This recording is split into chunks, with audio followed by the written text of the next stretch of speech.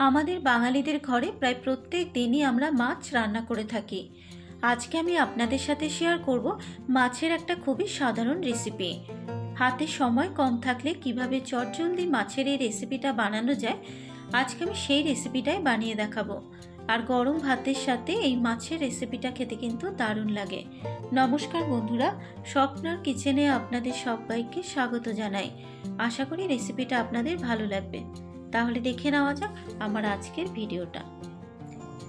মাছের এই রেসিপিটা বানানোর জন্য এখানে নিয়েছি 5 পিস কাতলা মাছ। তবে কাতলা মাছের বদলে আপনারা কিন্তু রুই মাছ দিয়েও এই রেসিপিটা বানাতে পারেন। মাছগুলোকে আমি ভালো করে ধুয়ে নিয়ে জলটাকে ঝরিয়ে রেখেছি। এবারে মাছগুলোকে ম্যারিনেট করে নেব।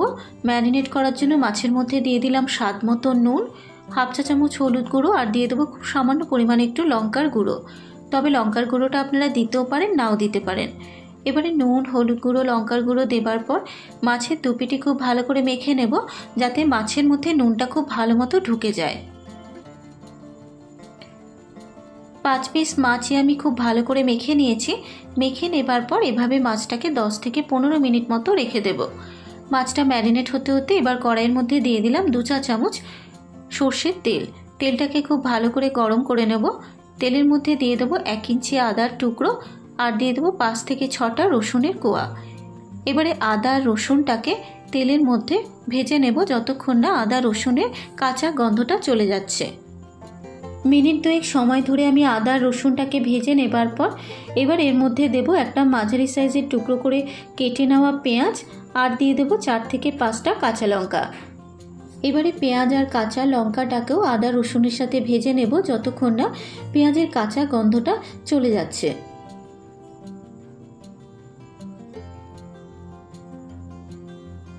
দু মিনিট সময় ধরে আমি পেঁয়াজটাকেও ভেজে নিলাম। এবারে ভেজে নেওয়া আদা রসুন পেঁয়াজ কাঁচা লঙ্কাটাকে একটা প্লেটের মধ্যে ঢেলে নিয়ে ঠান্ডা করে নেব। এবারে আদা রসুন পেঁয়াজ কাঁচা লঙ্কাটা ঠান্ডা হতে হতে এবার নিয়েছি এখানে একটা বাটি।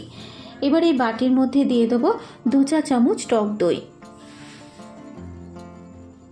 এবারে টক দইটাকে খুব ভালো করে ফেটিয়ে নেব।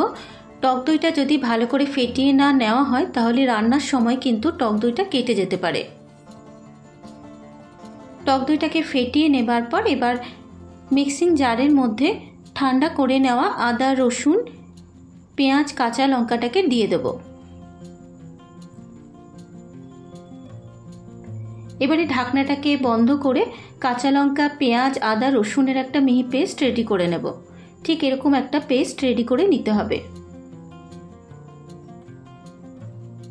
মাছের জন্য মশলাটা রেডি করে নেওয়া হয়ে গেলে এবার একটা বোলের মধ্যে দিয়ে দেবো ফ্যাটানো টক দই, দেবো মিক্সিতে বেটে রাখা আদা রসুন পেঁয়াজ কাঁচা লঙ্কার মিহি পেস্ট, দেবো হাফ চা চামচ হলুদ গুঁড়ো, হাফ চা চামচ লঙ্কার গুঁড়ো, কালারের জন্য দিয়ে দেবো হাফ চা চামচ কাশ্মীরি লঙ্কার গুঁড়ো, হাফ চা চামচ জিরের গুঁড়ো, আর দিয়ে দেবো হাফ চা চামচ ধনের গুঁড়ো।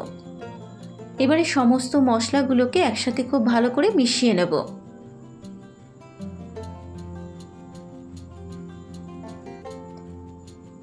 মশলাগুলোকে একসাথে খুব ভালো করে মিশিয়ে নিয়েছি। এবার এর মধ্যে দিয়ে দেব সামান্য পরিমাণে একটু মশলা ধোয়া জল। জলটা দেবার পর আবারও মশলার সাথে খুব ভালো করে মিশিয়ে নেব। আর নুনটা যেহেতু দেওয়া হয়নি তাই মশলার মধ্যে দিয়ে দেবো এখানে স্বাদ মতো নুন। নুনটা দেবার পর আবারও মশলার সাথে নুনটাকে খুব ভালো করে মিশিয়ে নেব।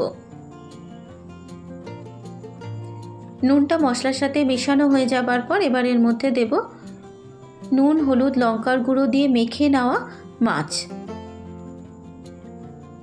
আর দিয়ে দেব 3 টেবিল চামচ সর্ষের তেল।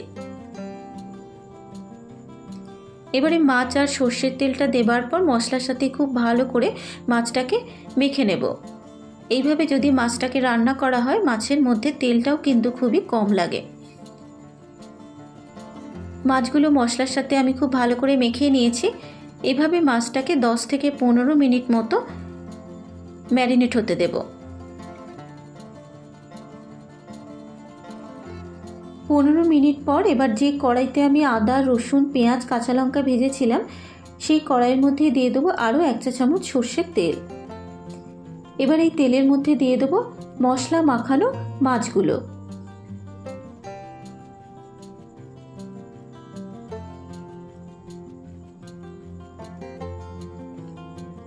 মাছগুলো কড়াইতে দেবার পর এবার পুরো মশলাটাই মাছের মধ্যে দিয়ে দেবো।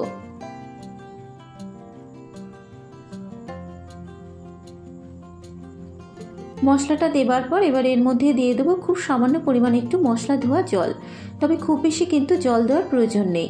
আর দিয়ে দেবো 4 থেকে 5টা চেরা কাঁচা লঙ্কা। এবারে গ্যাসের ফ্লেমটাকে লোতে রেখে মিনিট 5 ঢাকা দিয়ে মাছটাকে সেদ্ধ হতে দেব। 5 মিনিট পর এবার আমি ঢাকনাটাকে খুলে মাছগুলোকে একটু উল্টে দেব। আর ঢাকা দেওয়ার ফলে কিন্তু মাছ থেকে বেশ কিছুটা পরিমাণে জল বেরিয়েছে, তাই মাছটা সেদ্ধ করার জন্য কিন্তু আলাদা করে জল দেওয়ার প্রয়োজন নেই। এবারে মাছগুলোকে এইভাবে উল্টে পাল্টে নেব একটু।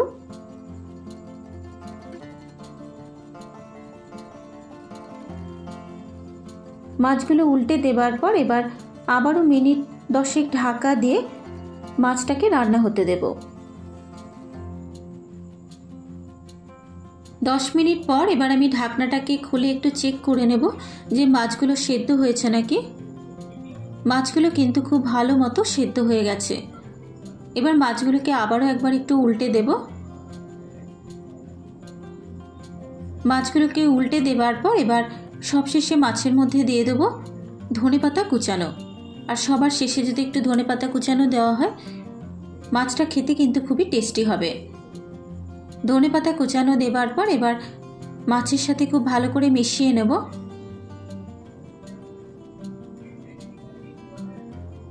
ধনেপাতা কুচানোটা মেশানো হয়ে যাবার পর এবার গ্যাসের ফ্লেমটাকে বন্ধ করে মিনিট 2 ঢাকা দিয়ে স্ট্যান্ডিং টাইমে রেখে দেব। আর গরম গরম ভাতের সাথে মাছের এরকম রেসিপি থাকলে আর অন্য কিছুর কিন্তু দরকার পড়ে না। আশা করি রেসিপিটা আপনাদের ভালো লাগবে। যদি রেসিপিটা আপনাদের ভালো লেগে থাকে ফেসবুক থেকে দেখলে পেজটা ফলো করার অনুরোধ রইল। আর যারা ইউটিউব থেকে দেখছেন অবশ্যই আমার চ্যানেলটাকে সাবস্ক্রাইব করে পাশে থাকা বেল আইকনটি প্রেস করে দেবেন। আজকের মতো এই পর্যন্ত। আবারও হাজির হয়ে যাব অন্য কোনো নতুন রেসিপি নিয়ে। সুস্থ থাকবেন, ভালো থাকবেন। ধন্যবাদ।